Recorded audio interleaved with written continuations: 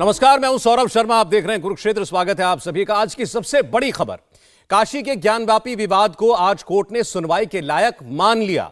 अदालत ने यह माना कि विवादित परिसर में नवंबर 1993 तक मां श्रृंगार गौरी की पूजा होती रही थी, इसीलिए 1991 का प्लेसेस ऑफ वर्शिप एक्ट इस पर लागू नहीं होता। इसी वर्शिप एक्ट की बिना पर मुस्लिम पक्ष ने अपना पूरा काउंटर तैयार किया था, जो आज अदालत ने खारिज कर दिया। तो जाहिर है कि ज्ञानवापी का मामला अब सिर्फ श्रृंगार गौरी की पूजा तक ही नहीं रहेगा। हिंदू पक्ष अब मस्जिद परिसर में, मस्जिद के अंदर, मस्जिद के गुंबद के नीचे शिवलिंग, हनुमान जी के चिन्ह, गणेश जी के चिन्ह, त्रिशूल के चिन्ह, इन सब के मौजूद होने के आधार पर मस्जिद के अस्तित्व पर जिरह करेगा। और मामला सिर्फ काशी तक ही नहीं रुकेगा। इसी तरह की दलीलें कृष्ण जन्मभूमि के पक्ष में भी अब तक लोग देते रहे हैं। तो अब आज के फैसले की नजीर वहां भी शायद पेश की जाए। और यही बात असदुद्दीन ओवैसी से लेकर तमाम मुस्लिम नेता कह रहे हैं। अदालत में झटका लगने के बाद मुस्लिम पक्ष की तरफ से कड़ी प्रतिक्रियाएं आई। अब सबसे पहले वो हाईकोर्ट का रुख करेंगे, लेकिन असदुद्दीन ओवैसी ने तो साफ साफ यह कह दिया कि ज्ञानवापी मस्जिद अब बाबरी मस्जिद की राह की ओर जा रही है। इस तरह का लिटिगेशन अगर आगे बढ़ेगा तो फिर ये उसी रास्ते पर जा रहा है जो बाबरी मस्जिद का लीगल इशू गया था। अब आप बोलेंगे नहीं नहीं, टाइटल नहीं है, वहां पर ऐसा करने की इजाजत दी जाए। अरे भाई, फिर कैसा होगा ये?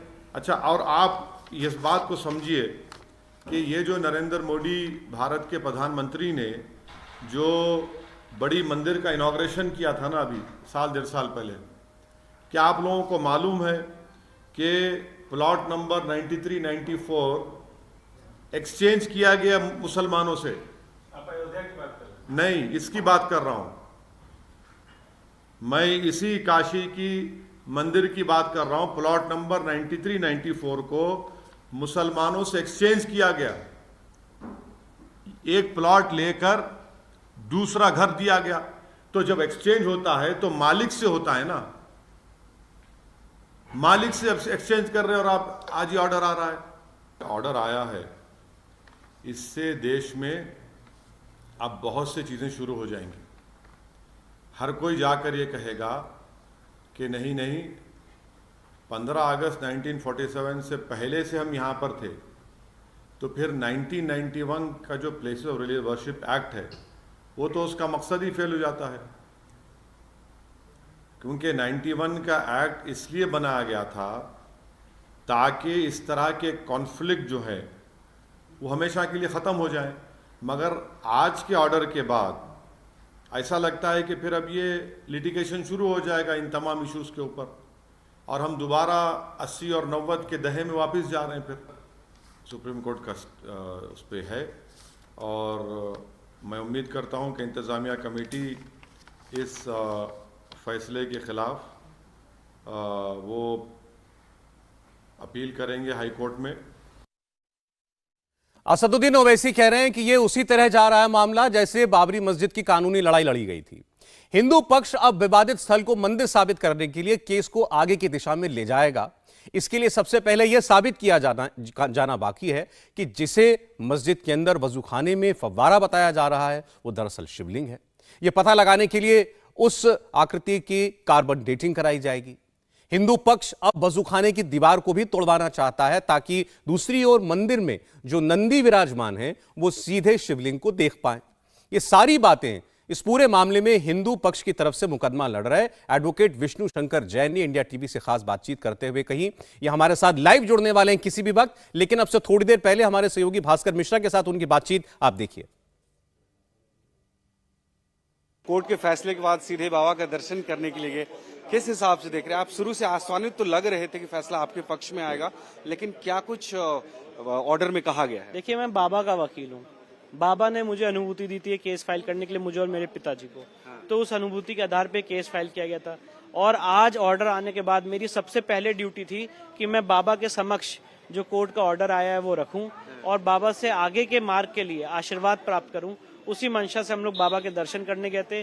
बाबा के दर्शन करने के बाद अब यही आगे की भूमिका रहेगी कि इस केस में जल्द से जल्द हमारा जो मंदिर है, हमारा जो पूजा का अधिकार है, उसको रेस्टोर किया जा सके और पूजा पाठ आगे बहाल हो। मुस्लिम पक्ष के द्वारा जो दलील दी जा रही थी कि प्लेसेस ऑफ वर्शिप एक्ट और वक्फ बोर्ड की प्रॉपर्टी, ये दो मेन बिंदु था जिसपे वो लोग अपना पक्ष रख रहे थे, उसके बारे में क्या कहा गया है इस ऑर्डर देखिए, में? कोर्ट ने उन दोनों आर्गुमेंट्स को सिरे से डिसमिस कर दिया है, रिजेक्ट कर दिया है और कोर्ट का स्पेसिफिक रूप से यही कहना है कि ना तो यहाँ पे वक्फ एक्ट अप्लाई होता है, ना places of worship act apply होता है। और जो मैं आपके सामने बराबर कहते चला रहा था कि जहाँ पे हिंदू मुस्लिम के बीच का डिस्प्यूट है, वहाँ पे वक्फ एक्ट अट्रैक्ट नहीं होता है। हमारे सारे आर्गुमेंट्स को honourable mister justice A K. Vishweshwar साहब ने माना है, जो इस समय डिस्ट्रिक्ट जज हैं, और इस मामले में आगे का मार्ग प्रशस्त किया। प्लेसेस ऑफ वर्शिप एक्ट के बारे में ऑर्डर में क्या लिखा हुआ है? क्या ये रेफरेंस दिया गया कि वहाँ पूजा पहले से ही होती आ रही बिल्कुल सही बात थी, है। इसलिए वो नहीं?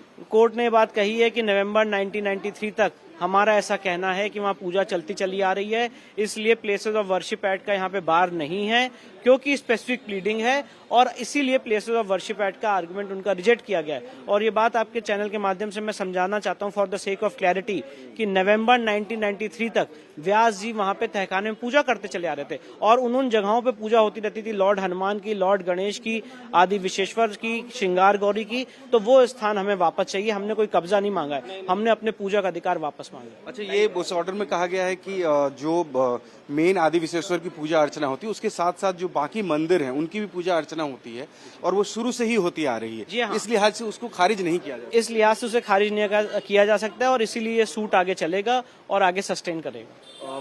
क्या लग रहा है आगे की क्या प्रक्रिया होगी? आपने हालांकि पहले ही कह दिया था कि कार्बन नहीं, डेटिंग देखिए, और बाकी बिल्कुल डिमांड। मैंने आपके सामने बात रखी है, कार्बन डेटिंग की मांग शिवलिंग की, साथ ही साथ वो दीवार तोड़वाने की बात, वजू खाने की और कमीशन की कार्रवाई को पुख्ता करने की बात, एविडेंस लीड करने की बात, वो सारे काम हम प्रोफेशनल ढंग से आगे करते रहेंगे। थैंक यू हमसे बात करने के लिए। तो हिंदू पक्ष के वकील आपने देखा, वो इस मामले को अभी कहां तक जाता हुआ देख रहे हैं। केंद्रीय मंत्री गिरिराज सिंह ने इस बात को और आगे बढ़ाते हुए कहा कि क्या यह सच नहीं है, सनातन भारत की पहचान काशी से ही है, और यह बात अब मुसलमान भाइयों को भी समझनी होगी। देखिए, सच सच होता है, सच को कोई दबा नहीं सकता। और मैं मुसलमान भाइयों से निवेदन करता हूं, क्या ये सच नहीं है कि अखंड भारत और खंडित भारत, सनातन भारत की पहचान काशी, मथुरा और अयोध्या से है। भारत के संस्कार और संस्कृति हमारे आराध्य हैं। हमारे लिए मक्का मदीना सब यही है। हम कहाँ जाएंगे? जो बट के गए पाकिस्तान, हमारी मंदिरें टूट गई, हमारी बेटियां लुट गई। अब हम भारत में भी अपने आराध्य को नहीं पूजेंगे तो कहाँ पूजेंगे? मैं मुसलमान भाइयों से प्रार्थना करता हूँ कि ये औरंगजेब क्या लुटेरा नहीं था? गजनी लुटेरा नहीं था? बाबर लुटेरा नहीं था? हम उसका प्रतिकार कर रहे हैं। आप गांगी जमनी की संस्कृति कहते हैं और कोई जाकर के औरंगजेब के मजार पे चादर ओढ़ाएंगे लुटेरों का। ये कहां से दोनों बात चले? तो आइए अब कुरुक्षेत्र की बहस की शुरुआत की जाए। हमारे साथ जुड़ रहे हैं वारिस पठान जी, एआईएमआईएम के नेता और एडवोकेट भी हैं, तो कानून बहुत अच्छे से जानते हैं। स्वागत है आपका वारिस पठान साहब। और दूसरी ओर हमारे साथ हैं सुप्रीम कोर्ट के एडवोकेट अश्वनी उपाध्याय जी। अश्वनी जी, आपका भी बहुत स्वागत है। मैं शुरुआत वारिस साहब आपसे करना चाहता हूं। विष्णु शंकर जैन, हरिशंकर जैन जो इस मामले को लड़ रहे हैं अदालत में, उन दोनों से हमने बात की। उन दोनों का कहना यह है कि मामला अभी तो केवल श्रृंगार गौरी में पूजा करने के अधिकार का है, जिस पर कोर्ट ने कहा कि अब यह मामला सुना जा सकता है, लेकिन अब हम सबूत दिखाएंगे इस बात के कि कहां कहां पर पूजा होती थी। हम सबूत दिखाएंगे इस बात के जब वो कोर्ट कमिश्नर के सर्वे की रिपोर्ट जाएगी अदालत के अंदर कि दरअसल ये पूरी मस्जिद ही एक मंदिर की बिना पर खड़ी है।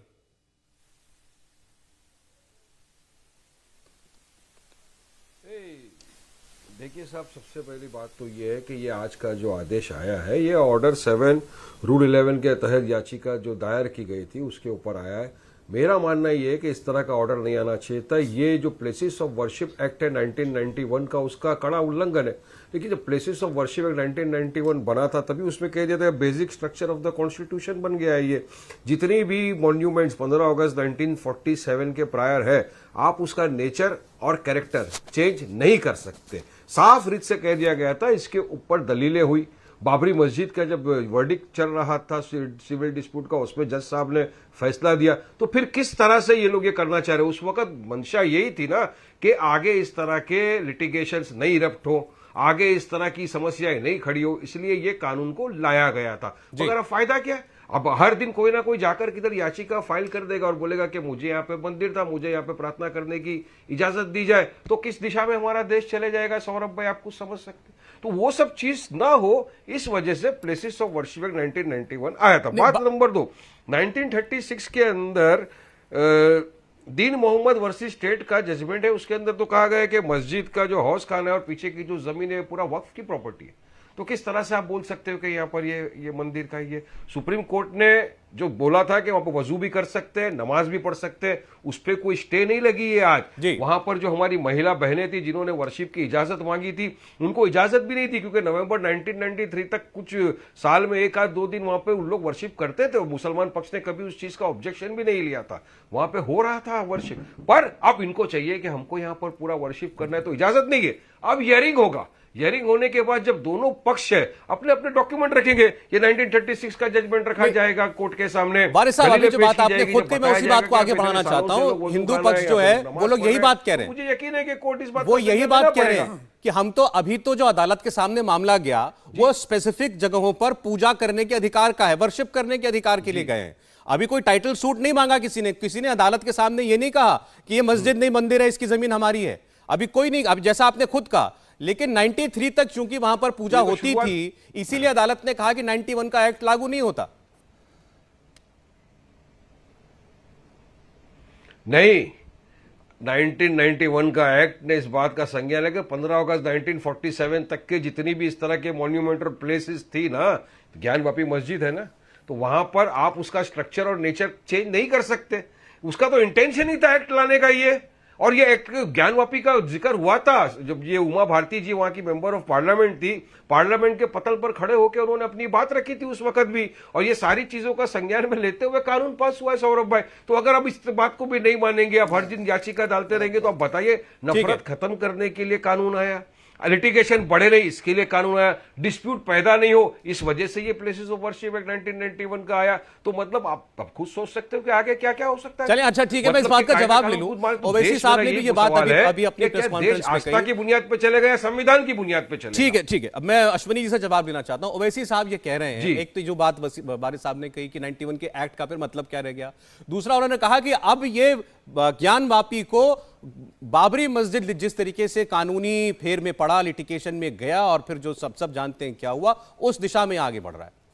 देखिए सौरभ जी, पहली बात तो 2 रास्ते हैं, एक है गंगा जमनी तहजीब और भाईचारा का रास्ता, दूसरा है कोर्ट कचहरी कानून संविधान का रास्ता।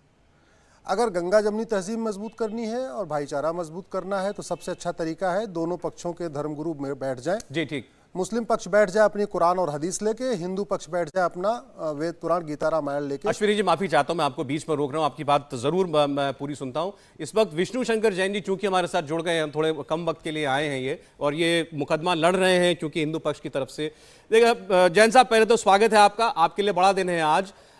लेकिन जो दूसरी ओर से सवाल उठाए जा रहे हैं वो ये उठाए जा रहे हैं कि ये फैसला गलत है, और 91 के एक्ट का जो बेसिक उसकी पीछे की वजह थी वो ये थी कि इस किस्म के विवाद अब खत्म होने चाहिए। तो किस बिना पर जो है इसको 91 के एक्ट के दायरे से बाहर मान लिया गया? देखिए सबसे पहले सौरभ जी आपको बहुत बहुत नमस्कार, और अश्विनी भाई को बहुत बहुत नमस्कार। सबसे इम्पोर्टेंट बात यह है कि जो लोग प्लेसेस ऑफ वर्शिप एक्ट का इस देश में मिसनोमर फैला रहे थे और ये कह रहे थे कि मंदिर रेस्टोर नहीं हो सकते हैं क्योंकि प्लेसेस ऑफ वर्शिप एक्ट से बाहर है, और मैं शुरू से आपके चैनल के माध्यम से कहता चला आया हूं कि places of worship act blanket ban नहीं लगाता है। धार्मिक स्वरूप तय करना सिविल कोर्ट का काम है और सिविल कोर्ट में धार्मिक स्वरूप तय हो सकता है। आज उस बात को कोर्ट की मोहर मिली है। सबसे इंपॉर्टेंट बात यह है, कोर्ट ने बात कही है अपने जजमेंट में कि नवंबर 1993 तक हिंदू पक्ष के लोग यहाँ पे पूजा करते चले आ रहे हैं, ऐसा एवरमेंट उनके प्लेंट में है और इसीलिए प्लेसेस ऑफ वर्शिप एक्ट इस केस को बाधित नहीं करता है। ये बहुत महत्वपूर्ण बात है क्योंकि प्लेसेस ऑफ वर्शिप एक्ट को इस तरह से प्रोजेक्ट किया गया है और ये एक ढिंडोरा पीटा गया, मिसनोमर फैलाया गया पूरी सोसाइटी में कि प्लेसेस ऑफ वर्शिप एक्ट आने के बाद किसी मस्जिद का जो मंदिर को तोड़ के कन्वर्ट की गई है, मस्जिद बनाई गई है, उसका रेस्टोरेशन नहीं हो सकता। और ये बात मैं आपके चैनल के माध्यम से हमेशा कहता आया हूं कि मंदिर का धार्मिक स्वरूप कभी भी खत्म नहीं होता है। आप मेरे मंदिर में आ जाओ, घुस जाओ, नमाज पढ़ लो, उसको कन्वर्ट कर दो, पर समय के अंत तक वो मंदिर रहेगी। और जो बीके मुखर्जी साहब का हिंदू लॉ है, जो पीवी काणे साहब का हिंदू लॉ है, वो सारे हिंदू लॉ, सुप्रीम कोर्ट का जजमेंट जो राम मंदिर केस में, वो सारी बातें प्रिवेल करेंगी। और मैं एक बात कहना चाहता हूं सौरभ जी, लोग बड़ी आसानी से बात सुन लेते हैं, मान लेते हैं, एक्सेप्ट करते हैं, ग्रह करते हैं कि once a mosque always a mosque. अगर एक बार कोई संपत्ति वफ की होगी तो हमेशा वफ की रहती है। पर जब हम लोग ये बात बोलते रहते थे कि एक बार कोई संपत्ति हिंदू मंदिर की हो गई तो समय के अंत तक हिंदू मंदिर की रहेगी, देवता की रहेगी, भगवान की रहेगी, राजा भी उसको नहीं ले सकता है, इस बात को कभी तवज्जो नहीं दी जाती थी। तो मुझे लगता है आज उन सारी कंट्रोवर्सीज का विराम हुआ है। और जो लोग ये कोशिश कर रहे थे कि काशी मथुरा के केसेस में प्लेसेस ऑफ वर्शिप एक्ट को अट्रैक्ट करके उसको बार किया जाए, उसको खत्म किया जाए, आज उन सारी चीजों को विराम मिला है। ठीक, वारिस जी जवाब दीजिए। नहीं, सरासर झूठ बोल रहे हैं। सबसे पहले तो विष्णु जी लॉयर है, ऐसा बताते हैं, ये केस फाइट कर रहे हैं, मगर मुझे डाउट आ रहा है प्लेसेस ऑफ वर्शिप एक्ट 1991 का किस तरह से उल्लंघन नहीं हो रहा है, बताइए। क्या ये स्ट्रक्चर चेंज करने की बात नहीं कर रही है? नेचर और कैरेक्टर चेंज करने की दिशा में नहीं लेके जा रहे हैं आप लोग? तो जब ये इंटेंशन था सरकार का, ये इंटेंशन था कोर्ट का कि ये बेसिक स्ट्रक्चर ऑफ कॉन्स्टिट्यूशन है कि आप नेचर और कैरेक्टर नहीं चेंज कर सकते, जो चीज 15 अगस्त 1947 तक है वो, तो किस तरह से करने की कोशिश कर रहे हो आप? इस तरह की याचिका डालने के बाद आप कोशिश कर रहे हो ना। तो हमारी जो 5 बहनें गई है कोर्ट में, तो यही याचिका लेके गई है कि हमको वहां पे वर्शिप करने की इजाजत मिली जाए। तो अगर आप बोल रहे हो कि वर्शिप भी कर रही थी तो पिटीशन करने की उनको भी क्या जरूरत पड़ी थी? जब भी उन्होंने भी मांगा ना इजाजत वर्शिप, साल में 1 या 2 मरतबा वो इजाजत वहां पे थी उनको, कभी उसका ऑब्जेक्शन नहीं लिया, वो बेसमेंट में एक जगह पे करते थे। तो ये सिर्फ और सिर्फ देश के अंदर एक अराजकता, एक नफरत इस तरह पर ले जाने के लिए काम, वरना तो फिर सब प्लेसेस ऑफ वर्शिप एक्ट का सब छोड़ दो ना। आपने इतनी सारी बातें कर दी, इसका मतलब ये है कि आप देश को चाहते हो कि संविधान पे नहीं चले। वो आपको जवाब इसी बात का दे रहे हैं कि कैसे प्लेसेस ऑफ वर्शिप एक्ट आड़े नहीं आता। विष्णु जी भाई कैसा होगा? देख सुन, मैं समझना चाहता हूं इनसे कैसे। विष्णु जी, मुझे वारिस भाई ने पर्सनली अटैक किया और टारगेट किया कि वो डाउट कर रहे हैं कि मैं ये केस लड़ रहा हूं कि नहीं लड़ रहा हूं। वारिस भाई, मैं इस समय बनारस के सिविल कोर्ट में बैठा हूं, इन 4 महिलाओं की तरफ से मेरा वकालतनामा है और शुरू से केस लड़ता चला आया हूं। अगर आपको डाउट है तो आप डाउट कर सकते हैं। मुझे तो डाउट है कि आप वकील हैं कि नहीं है, मुझे इस बात का डाउट है क्योंकि अभी आपने खुद ही कहा कि तहखाने में हिंदू पक्ष पूजा करता चला रहा था। प्लेसेस ऑफ वर्शिप एक्ट आया 1991 में, नवंबर 1993 तक हिंदू पक्ष वहां पे पूजा कर रहा था। तो प्लेसेस ऑफ वर्शिप एक्ट का उल्लंघन किसने किया? मैं आपसे कहना चाहता हूं, क्या आप आज ये बात अगर एडमिट कर रहे हैं कि तहखाने में हिंदू पक्ष पूजा कर रहा था तो हमारे तहखाने को वापस करिए, व्यास जी के तहखाने को वापस लौटाइए। तो ये बात मैं कह रहा हूं ना, तो कोर्ट ने मेरे आर्गुमेंट को माना है, कोर्ट ने मेरे आर्गुमेंट को माना है और मस्जिद कमेटी के आर्गुमेंट्स को रिजेक्ट किया है। तो आप भी इसीलिए आपके जितने वकील थे, आपके जितने वकील थे, आप यहाँ पे रिप्रेजेंट नहीं कर रहे थे किसी को, क्योंकि आपके जितने वकील थे जिन्होंने इसको रिप्रेजेंट किया, ये बोलने आप जवाब दीजिए। और सौरभ जी, मैं बात कहना चाहता हूँ, उन सारे आर्गुमेंट्स को कोर्ट ने रिजेक्ट किया है। और सबसे इंपॉर्टेंट बात है सौरभ जी, इन्होंने एक मसला निकाला कि वफ एक्ट 1995 से केस बाधित है और ये सारा मसला वफ ट्राइब्यूनल जाना चाहिए जो एक शरिया कोर्ट है और वहां पे देखना चाहिए। कोर्ट ने उस आर्गुमेंट को भी रिजेक्ट किया और जो हमारी स्ट्रांग लीगल प्लीडिंग थी और रिसर्च थी जिसमें सुप्रीम कोर्ट के जजमेंट्स का हमने हवाला दिया और ये बात कही जस्टिस काटजू के जजमेंट की कि जहां पे हिंदू और मुस्लिम के बीच का झगड़ा होता है वो वफ ट्राइब्यूनल नहीं जा सकता है, उसको सिविल कोर्ट ही देखेगा। और जो इन्होंने डॉक्यूमेंट फाइल किए थे वफ नंबर 100 के, वो मस्जिद आलमगीर के हैं जो बिंदु माधव मंदिर को तोड़ के बनाई गई, इस मस्जिद के लिए है ही नहीं। ये सारे तथ्य हैं जिसके आधार पे फैसला आया है। अगर वारिस पठान साहब को इससे दिक्कत है तो इसके खिलाफ अपील फाइल करें और अगर ये वकील हैं तो इस केस में इनको अपीयर होना चाहिए था। मुझे तो आज तक कभी ये कोर्ट में दिखे नहीं। यहाँ पे उल्टा मेरे आप चीजों पे प्रश्न चिन्ह उठा रहे हैं। मेरे चीजों पे प्रश्न चिन्ह उठाते समय आप ये मान के चलें कि आपके ऊपर भी 4 उंगलियां उठ रही हैं। अच्छा नहीं सुने। अच्छा विष्णु जी, इनका कहना यह, और ओवैसी साहब ने भी इस बात को आज कहा कि भाई वो जो महिलाएं गई थी जिनका केस आप लड़ रहे हैं, वो स्पेसिफिक जगहों पर, डेजिग्नेटेड जगहों पर पूजा का अधिकार मांगने के लिए गई थी। ये एक बात होती है, लेकिन आप जो बात कह रहे हैं वो उससे बिल्कुल बहुत आगे की बात है। आप ये कह रहे हैं कि वो मस्जिद है ही नहीं, वो मंदिर था, तो वहां वो कह रहे हैं कि यहां 91 लाख लागू क्यों नहीं होगा? देखिए, आप इस यही बात तो मैं को समझिए इनको सौरभ correct जी, यही करना बात चाह मैं रहा कहना चाहता हूं और यही सबको समझाना चाहता हूं कि अगर आप ये कहते हैं, ओवैसी साहब ने एक बयान दिया था कि जो हमारी बाबरी मस्जिद है वो समय के अंत तक बाबरी मस्जिद रहेगी, क्योंकि बात वो बैरिस्टर है, मैं उनकी बहुत रिस्पेक्ट करता हूं, क्योंकि उन्होंने इस्लामिक लॉ को प्लीड किया और कहा कि अगर एक बार कोई संपत्ति वक्फ की हो जाती है तो वो हमेशा वक्फ की रहती है। तो यहाँ पे हमारा यही कहना है कि 15 अगस्त 1947 से पहले और 15 अगस्त 1947 के बाद भी हमारे देवता वहां पे मौजूद हैं, वहां पे हमारा शिवलिंग मौजूद है। और मैंने अपने केस में विजिबल और इनविजिबल डेटीज की प्लीडिंग की है, प्रत्यक्ष और अप्रत्यक्ष देवता की। आज मैं चैलेंज करना चाहता हूं सारे लोगों को, अगर आपको इस केस से कोई दिक्कत है तो आइए एक बात करते हैं, एक बात में चलिए सहमति बनाते हैं कि जो वहां पे शिवलिंग मिला है उसकी कार्बन डेटिंग कराई जाएगी किसी भी इंडिपेंडेंट एजेंसी से, और कार्बन डेटिंग करके निकाला जाएगा कि ये शिवलिंग कितना पुराना है और शिवलिंग है कि फव्वारा है। मैं इस जांच के लिए तैयार हूं, आप तैयार हैं क्या? बोलिए वारिस साहब। मैं ये बात जांच करना चाहता हूं कि एसआई से कि इस पूरे जगह का कैरेक्टर हिंदू मंदिर का है कि नहीं। आप तैयार हैं क्या? जब हम ये सवाल रेज करते हैं आप कहते हैं नहीं, ये तो बात ही नहीं रेज कर सकते। नहीं, अगर लॉयर होंगे तो भी इनको बराबर कानून की समझ नहीं है। इन्होंने ये कह दिया अभी सौरभ भाई। सर, आपके यकीन करने से मैं लॉयर नहीं बदल जाऊंगा। वारिस भाई, आपके कहने से फाइनल हो ना गया, मेरा वकालत का बैंड उतर जाएगा, ना मैं वकील 22 रह तारीख को जाऊंगा। क्या आपको पर्सनल अटैक करने की आदत है, आपको उसी भाषा में मैं जवाब देना जानता हूं जिस तरह से आप मुझे अटैक कर रहे हैं। आप वकील हैं क्या? अरे मैं अगर पर्सनल अटैक करने जाऊंगा तो तुम डिबेट छोड़ के भाग जाएंगे। आप तो कोर्ट में पर्सनल अटैक क्यों करूं? टीवी चैनल में डिबेट करने के अलावा आप क्यों नहीं आते हैं चैनल? आप क्यों नहीं आते हैं? आप क्यों नहीं आते कोर्ट में? नहीं, आप कोर्ट में क्यों नहीं आते हैं? आप क्यों आएंगे? अरे हम आएंगे, तुम्हारी छुट्टी करके जाएंगे, फिक्र मत करो, कोर्ट में भी आएंगे, लड़ेंगे भी। आके जरा देख लो मुंबई हाई कोर्ट के अंदर वारिस पठान को समझ में आ जाएगा। बहरहाल वहां तक जाना नहीं चाहता मैं कोर्ट में। आप तो मुझे एक दिन भी आएंगे सिविल कोर्ट में नहीं दिखे। सुनिए, सिर्फ पर्सनल अटैक करने के अलावा अरे आपके पास कोई काम नहीं है। चले विष्णु जी आगे बढ़ते हैं। अब मैं आपके सवाल का जवाब ले रहा हूं। जो ये कमेटी है, वारिस जी, इन्होंने विष्णु शंकर जैन जी ने साफ साफ कहा कि इस चुनौती को स्वीकार करें, एएसआई की जांच कराएं, पता चल जाएगा फव्वारा है कि शिवलिंग है, मंदिर है कि मस्जिद है।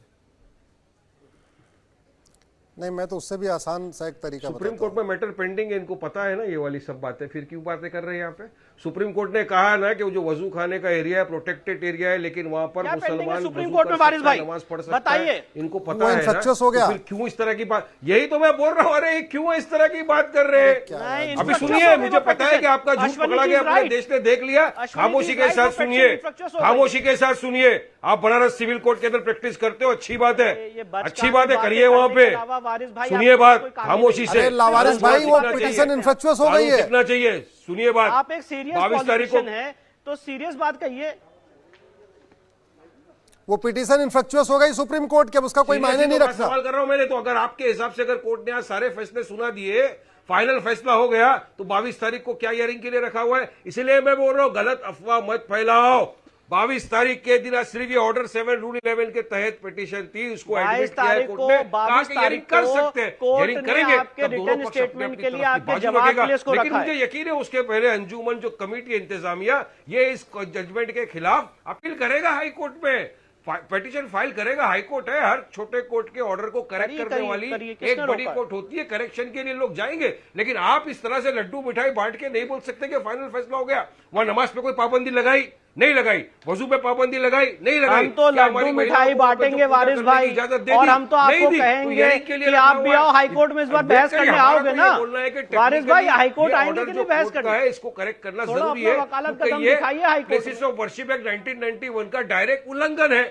हमारा ये मानना है, क्योंकि एक बाबरी मस्जिद केस के वक्त सुप्रीम कोर्ट चले ठीक है, चले सर ठीक है, आपने कहा भी इसको फैसले को चैलेंज किया ही जाएगा हाई कोर्ट में, तो वहां पर तय होगा, अब ऊपरी अदालत देखेगी इस मामले को। एक चीज मैं जैन साहब से पूछना चाहता हूं, आज ओवैसी साहब ने यह कहा कि जब प्रधानमंत्री ने जिस काशी विश्वनाथ कॉरिडोर का उद्घाटन किया, कुछ नहीं कर सकते आप, उसको बनाने के लिए एक प्लॉट की अदला बदली की गई इसी ज्ञानवापी मस्जिद के परिसर के साथ।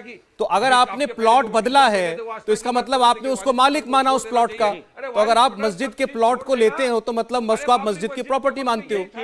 आप फिर से आप नया एक बखेड़ा खड़ा करना चाहते हो देश के एक मिनट बारी साहब, एक मिनट जरा जवाब आ रहा है। पहले विष्णु जी की आवाज। वारिस जी को थोड़ा रोक विष्णु जी की दीजिए। आवाज। मैं देखिए, दूर से फोन तो बैठा नहीं हुआ कर वो कंटिन्यूअसली बोलते आवाज आ रहेंगे जाए तो मैं जरा जवाब ही नहीं विष्णु दे जी की। पाऊंगा। एक बार इनको रोक दीजिए या इनके फेडर्स ऑफ विष्णु आप बोलिए, उनकी आवाज बंद है। सबसे इंपॉर्टेंट बात यह है, सौरभ भाई आपने बहुत इंपॉर्टेंट सवाल पूछा और इसका मैं जवाब देना चाहता हूं।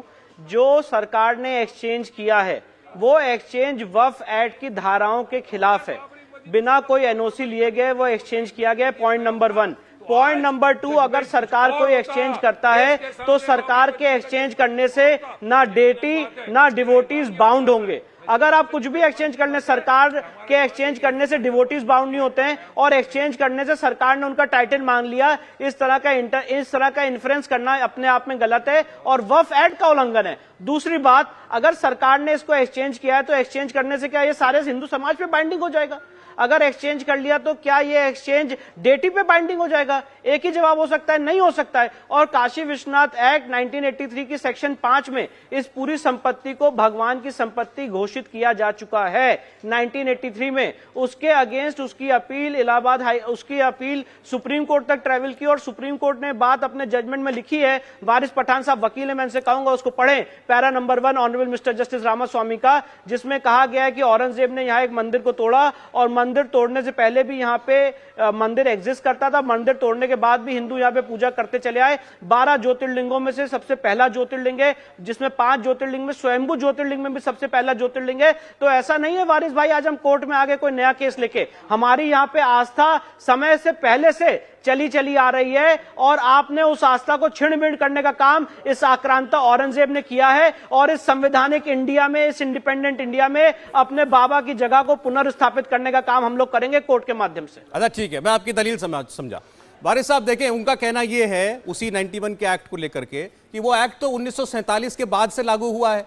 इनका कहना यह है कि वहां कभी हम मंदिर रहना कभी खत्म ही नहीं हुआ, वहां मंदिर हमेशा से था। मंदिर गिरा करके आपने मस्जिद बना दी, किसी ने बना दी, इसका मतलब यह नहीं हो गया कि मंदिर सीज टू एग्जिस्ट। मंदिर था 1947 से पहले भी और आज भी मंदिर ही है। अब सुनिए, विष्णु जैन साहब की बात मैं सुन नहीं सका, मगर मैं आपको बता रहा हूं, आपके सवाल में समझ गया सौरभ भाई। बात यह है कि जब ये प्लेसेस ऑफ वर्शिप एक्ट का कानून बन रहा था ना, उस वक्त पार्लियामेंट के अंदर इसके ऊपर डिबेट हो रहा था। तो उस डिबेट के अंदर उमा भारती जो एमपी थी, मेंबर ऑफ पार्लियामेंट थी, उन्होंने खड़े होकर ज्ञानवापी मस्जिद का भी डिस्कशन किया था। इसका डिस्कशन हो चुका था, इसका संज्ञान लेने के बाद ही ये सारे ऑर्डर पास हुए, ये रूल बना, कायदा बना, कानून बना, प्लेसेस ऑफ वर्शिप एक्ट 1991 का। तब क्यों नहीं हुआ था उस वक्त के नहीं बाबरी मस्जिद है और ज्ञानवापी भी रहेगा? क्यों नहीं कहा?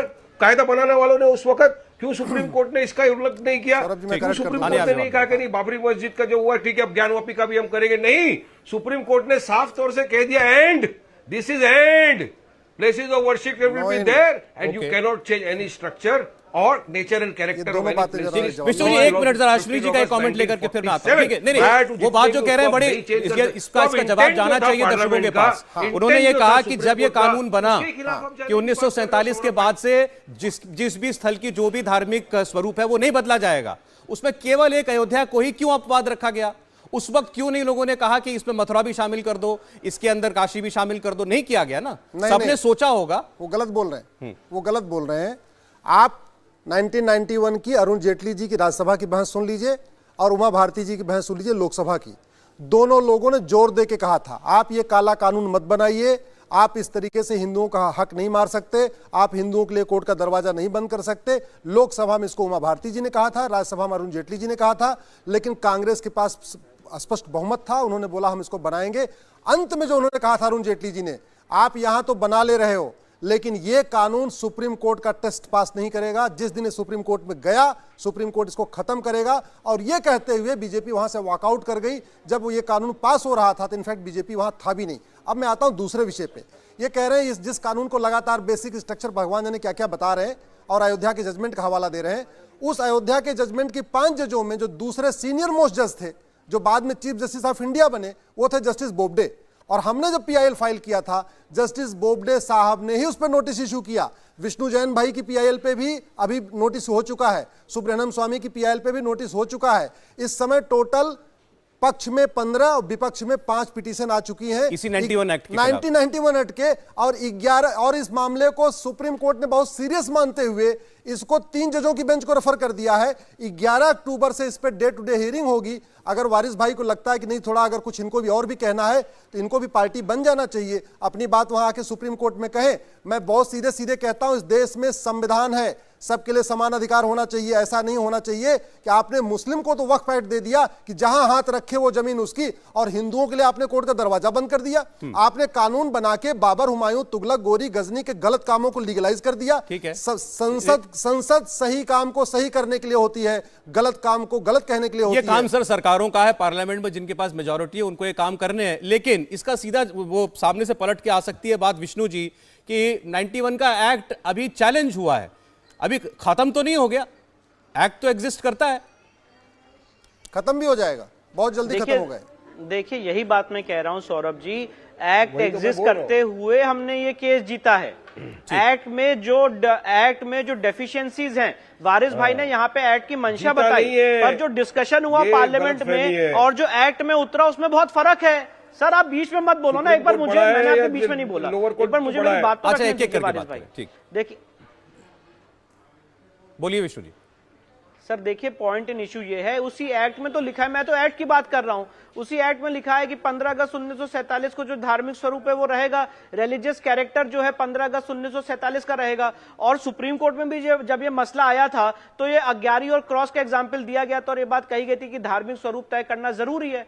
तो आज मैं ये बात कहना चाहता हूं कि आप पार्लियामेंट में जो भी डिस्कशन हुआ हो, किसने वॉकआउट किया हो, आपने क्या समझा हो, जो आज एक्ट लिख के आया हम तो उसको पढ़ेंगे, और माननीय न्यायालय ने भी उसी को पढ़ के आज इस केस को, इनकी एप्लीकेशन को खारिज किया है। धार्मिक स्वरूप तय होना जरूरी है, और किसी जगह पे नमाज पढ़ लेने से या सिर्फ मस्जिद चिल्ला देने से धार्मिक स्वरूप उसका हिंदू मंदिर का नहीं बदलता है। इसीलिए इस मामले को हमने सिविल कोर्ट में दायर किया है, और ये सारी एक्सरसाइज एविडेंस लीड करने की सिविल कोर्ट में की जा रही है। अश्विनी जी एक मिनट, देवकी नंदन ठाकुर जी महाराज हमारे साथ जुड़े हुए हैं, कथावाचक मशहूर, बहुत देर से इंतजार कर रहे हैं। स्वागत है आपका महाराज जी। देखिए इसमें जो मुस्लिम पक्ष है, ओवैसी जी नेता है अपनी पार्टी के, उन्होंने ये डर दिखाया आज के इस जजमेंट के बाद कि अब ये और जगहों पर मांग उठेगी। आप तो मुझे यकीन है काशी के आज के फैसले से बहुत खुश होंगे, तो क्या आप मथुरा की भी मांग करेंगे, वहां पर भी इसी किस्म की जांच हो? सौरभ जी, इतनी देर से प्रतीक्षा मुझे आपने करवाई है, मैं कर रहा था, और आशा रखता हूं कि जो बचे हुए मेहमान हैं जो आपके साथ बैठे हुए हैं वो मेरी बात को ध्यान से सुनेंगे।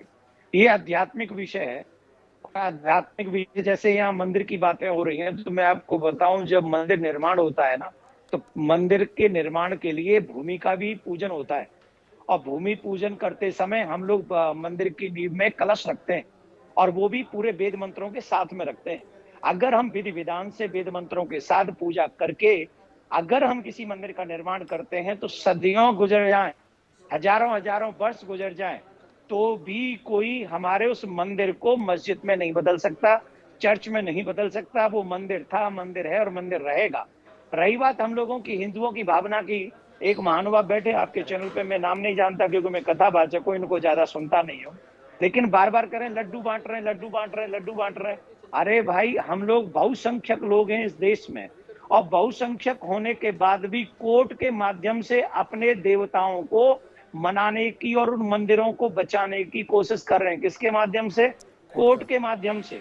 और वही कोर्ट के माध्यम से अगर कोई ये बात आई, क्योंकि 91 एक्ट में मैंने भी याचिका डाली है, यहाँ बैठे उपाध्याय जी, ये जब नाम ले रहे थे शायद मेरा नाम भूल गए, मैंने भी याचिका डाली है, और उस पे भी ये बात गई है, क्या नाम है, सरकार को नोटिस हुआ है। हमने क्यों किया है? अरे बहुसंख्यक लोगों को आप कैसे गला घोट देंगे कि आप कोर्ट भी नहीं जा सकते? मैं पूछता हूं, अगर मक्का में कोई ऐसा कर दे कि भाई यहाँ पर हम लोग मंदिर बनाएंगे, इज इट पॉसिबल कि फिर ये लोग कोर्ट के माध्यम से मक्का को छुड़ाएं? नहीं है ना। क्या हाल होगा उस समय विश्व में, पूरे विश्व में क्या हाल होगा मुझे जरा बता दीजिए। लेकिन हम अपने ही हिंदू भाई, अपने ही भगवान भोलेनाथ को, अपने ही श्री कृष्ण को हम लोग अगर पाना चाहते हैं और कोर्ट के माध्यम से पाना चाहते हैं, तो एक महानुभाव जो भी प्रेस कॉन्फ्रेंस कर रहे थे वो धमकी दे रहे हैं कि भारत का माहौल बिगड़ जाएगा। व्हाट डू यू मीन कि माहौल बिगड़ जाएगा? कौन से माहौल की बात आप कर रहे हैं? क्यों बिगड़ेगा माहौल? अगर हमारे राम की बात है, हमारे कृष्ण की बात है, आप हमारे भाई हैं, हिंदू मुस्लिम भाई भाई अगर हम लोग कर रहे हैं, तो आप भी हमारे प्यार से हमारी भावनाओं की रिस्पेक्ट कीजिए ना। हम कौन सा मक्का में जाके मंदिर बनाने की बात कर रहे हैं। रही बात 91 एक्ट की, तो जिस समय ये सरकार ने कानून बनाया था उस समय बहुसंख्यकों की आवाज का वॉल्यूम जो है दबाया गया था, उनका गला घोटा गया था। जी। अब अगर कोर्ट सुप्रीम कोर्ट में ये गए हैं और हम चाहेंगे कि सुप्रीम कोर्ट इस पे डे बाय डे सुनवाई करके इस एक्ट को खत्म करे, जिससे हम लोग अपने भगवान को कम से कम बचा सके और अपने भारत में अपने देवताओं की पूजा कर सके। चलें ठीक, अब कोर्ट में चैलेंज हो रहा है तो वो जब होगा तब होगा, उसमें जो फैसला आता है एक्ट पर। लेकिन आज जैसे ओवैसी साहब ने कहा, जिसका जिक्र भी ठाकुर जी कर रहे थे महाराज जी, कि देश का माहौल बिगड़ जाएगा। लोगों के पास वारिस साहब ये तो अख्तियार रहेगा ही ना, अगर कानून है उसके बावजूद अगर उनको लगता है कि यहाँ मेरे साथ गलत हुआ, यहाँ मेरे देवी देवता का भगवान का मंदिर था, यहाँ कुछ और बना दिया गया, तो उसको चुनौती दे। वो अदालत में जाना तो उसका मूलभूत अधिकार है।